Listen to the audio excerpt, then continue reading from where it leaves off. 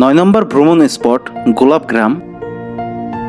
ঢাকার খুব কাছেই সাভারের বিরুলিয়া ইউনিয়নে সাদুল্লাপুর গ্রাম এখন গোলাপগ্রাম নামে পরিচিত। কিভাবে যাবেন?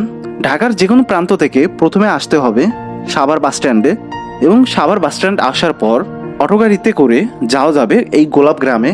গোলাপগ্রামে যেতে আনুমানিক 25 থেকে 30 মিনিটের মতো সময় লাগতে পারে, এবং অটো ভাড়া জনপ্রতি 25 থেকে 30 টাকা।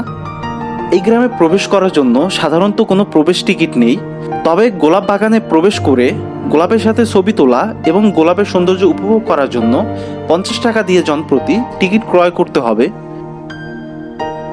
এই গোলাপ গ্রামে কি কি দেখা যাবে?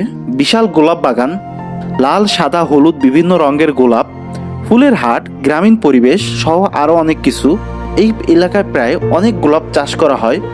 সাভারের এই গ্রাম বহু বছর ধরে ফুল চাষের জন্য বিখ্যাত, এবং গ্রামের অনেক পরিবার বাণিজ্যিকভাবে গোলাপ চাষ করেন।